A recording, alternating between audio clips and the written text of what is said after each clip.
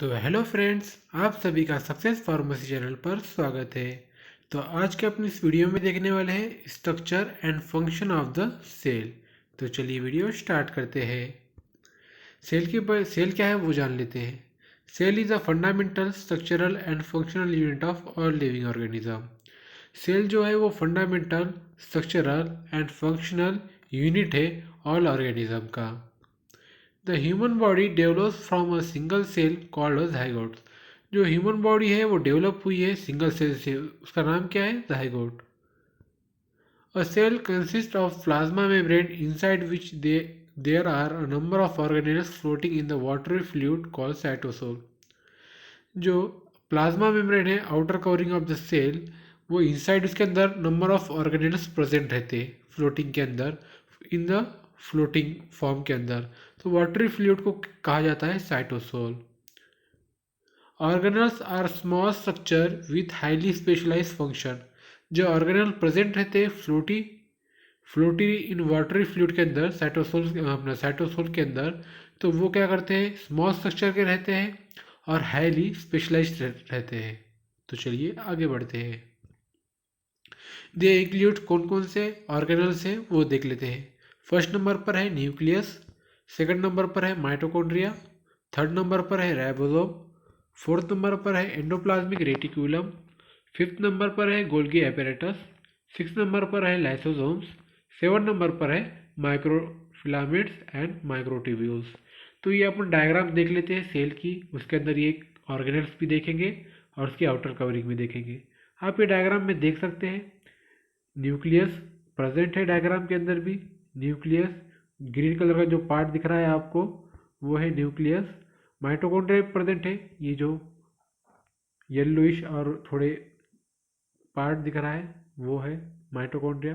Ribosomes, जो small जो particle दिख रहे हैं वो है ribosomes. Endoplasmic reticulum, there are two types of endoplasmic reticulum, rough endoplasmic reticulum and smooth endoplasmic reticulum.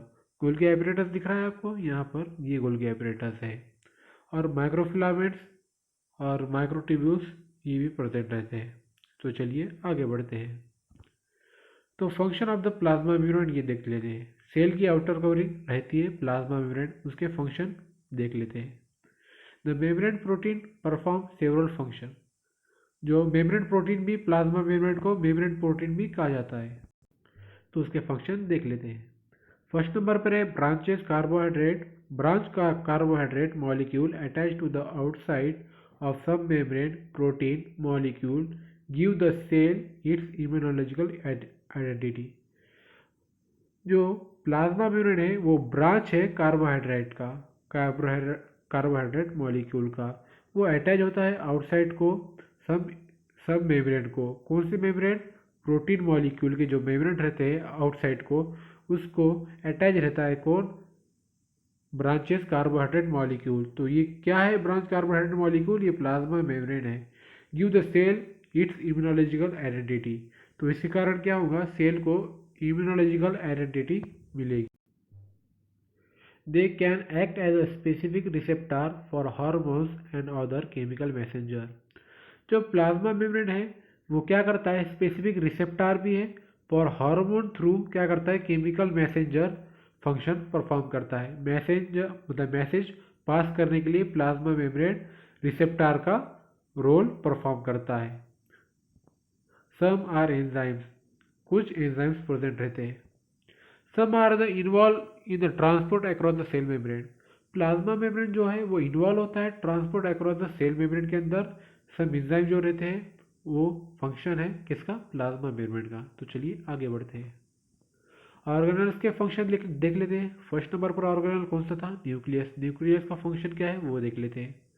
Every cell in the body has a nucleus with exception mature erythrocytes red blood cell. Every cell के अंदर, every cell body के अंदर जो है nucleus present रहता। सिर्फ exception जो erythrocyte है, इसके अंदर खाली न्यूक्लियस प्रेजेंट नहीं रहता। उसको इरिथ्रोसाइट को ही रेड ब्लड सेल कहते हैं, जैसे कि आरबीसी।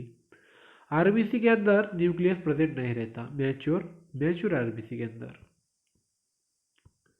तो चलिए आगे बढ़ते हैं। The nucleus is the largest organelles and the content within the membrane similar to the plasma membrane. जो न्यूक्लियस है वो लार्जेस्ट ऑर्गेनल है, content with the membrane similar रहती है। किसकी सिमिलर रहती है? प्लाज्मा मेम्ब्रेन की। मेम्ब्रेन जो रहती है वो सिमिलर रहती है न्यूक्लियस की मेम्ब्रेन से। तो चलिए, but it has a tiny pores through the which some substance can pass between it is called the cytoplasm. जो थीनी पोर्स प्रेजेंट रहते हैं मेम्ब्रेन के अंदर, किसके मेम्ब्रेन के अंदर? न्यूक्लियस के मेम्ब्रेन के अंदर। तो सम सब्सटेंस प्रेजेंट रहता है वो किसके अंदर? थीनी पोर्स के अंदर। तो वो पास होता है, उसे क्या कहते हैं? साइटोप्लाज्म कहते हैं उसे। The nucleus contain body genetic material which direct the activity of the cell। जो न्यूक्लियस है वो कंटेन करते हैं body genetic material. Nucleus contain करते हैं, आपको पता ही होगा जेनेटिक मटेरियल कंटेन्स करता है वो। और डायरेक्ट एक्टिविटी दिखाता है, किसके अंदर दिखाता है? Of the cells, direct activity दिखा देता है। This is build from DNA and protein called histone. वो बिल्ड होता है, किससे होता है? डीएनए से होता है और प्रोटीन से होता है। उसे क्या कहते हैं? हिस्टोन कहते हैं उसे। Coil together forming network called chromatin. जो हिस्टोन का है वो कॉइल होता है, टुगेदर फॉर्मिंग नेटवर्क होता है, नेटवर्क फॉर्म होता है, उससे क्या कहते हैं? क्रोमेटिन कहते हैं उसे अपन। तो चलिए आगे बढ़ते हैं। During the cell division chromatin replicates and become more tightly coiled forming chromosomes। जो सेल डिवीजन के अंदर जो क्रोमेटिन होते हैं वो रिप्लिकेट होते हैं और मोर टाइटली कॉइल होते हैं, तो उसे क्या कहते हैं? उसे क्रोमोसोम कहते हैं। The function subunit of chromosome are called genes. जो फंक्शनल सब यूनिट है क्रोमोसोम का उसे क्या कहते हैं? जीन्स कहते हैं उसे।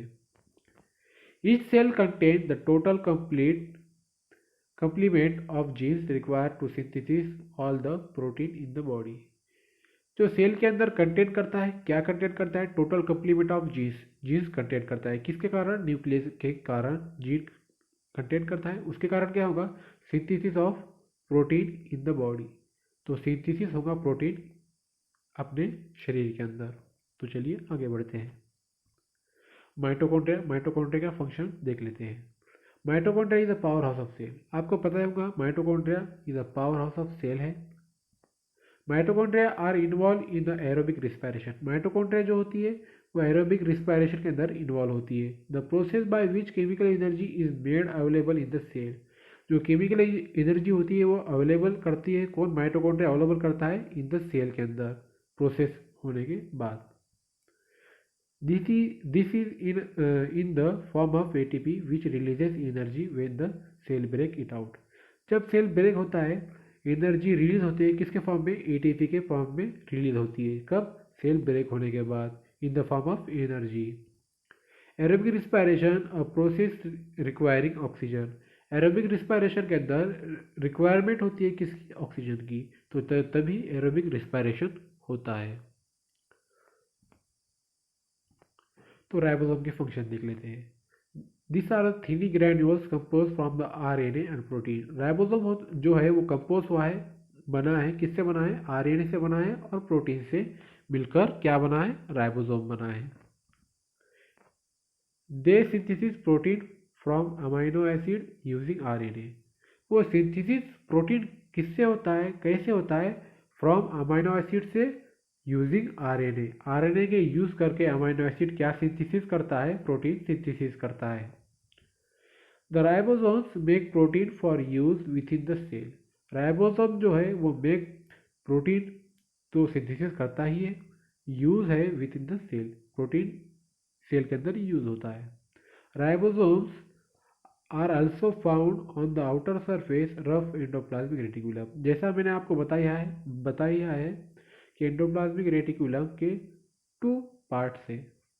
पहला था रफ एंडोप्लाज्मिक रेटिकुलम और सेकंड है स्मूथ एंडोप्लाज्मिक रेटिकुलम। तो वो आउटर सरफेस के राइबोसोम प्रेजेंट रहते हैं आउटर सरफेस के, किसके आउटर सरफेस के? रफ एंडोप्लाज्मिक रेटिकुलम के। तो चलिए आगे बढ़ते हैं। तो अब अपन देख लेते हैं एंडोप्लाज्मिक रेटिकुलम, जैसा मैंने आपको बताया है, there are two types of endoplasmic reticulum, smooth and rough. Smooth endoplasmic reticulum synthesize lipids and steroid hormone. Smooth endoplasmic reticulum है जो है वो सिंथेसिस करते हैं किसको, लिपिड्स को और स्टेरॉइड हार्मोन को, and also associated with the detoxification of some drugs, और एसोसिएटेड करते हैं with the detoxification of the drugs. कुछ ड्रग डिटॉक्सिफिकेशन ड्रग जो होते हैं उसे एसोसिएटेड करते हैं। कौन करते हैं? Smooth endoplasmic reticulum.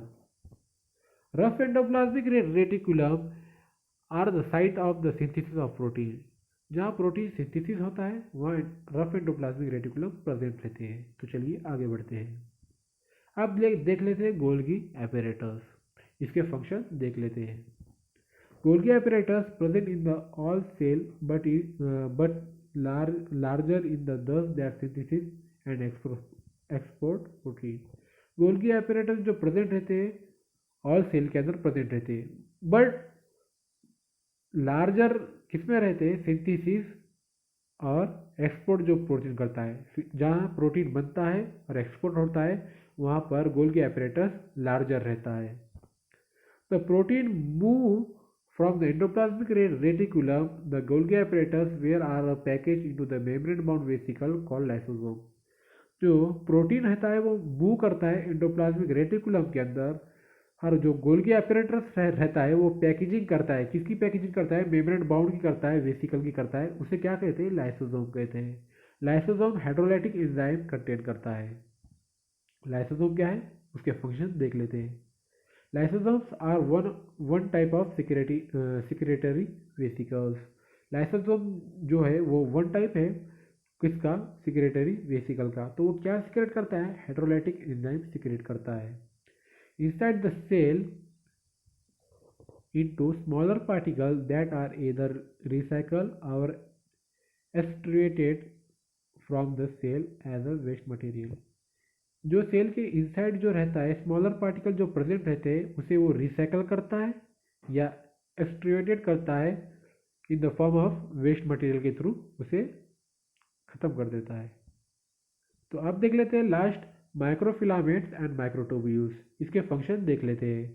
माइक्रोफिलामेंट्स का फंक्शन क्या है वो देख लेते हैं। Microfilaments provide structural support and maintain the shape of the cell. Microfilament जो है वो क्या करते हैं? स्ट्रक्चरल सपोर्ट देते हैं सेल को और मेंटेन करते हैं शेप ऑफ द सेल। ये किसका फंक्शन है? माइक्रोफिलामेंट का फंक्शन है। माइक्रोट्यूब्यूल्स का फंक्शन क्या है वो देख लेते हैं। Microtubules involve in the movement of the cell. Microtubules जो होते हैं वो क्या क्या उसका फंक्शन क्या है? Movement of the cell. Cell का मूवमेंट करने के लिए माइक्रोट्यूब्यूल्स यूज होते हैं। तो उसके अंदर जैसे कि सीलिया हो गए, फ्लैजिला हो गए, ये क्या करते हैं? सेल का मूवमेंट के लिए यूज आते हैं। तो आपको वीडियो अच्छी लगी तो वीडियो को लाइक कीजिए, शेयर कीजिए, कमेंट कीजिए और चैनल को सब्सक्राइब ज़रूर कीजिए।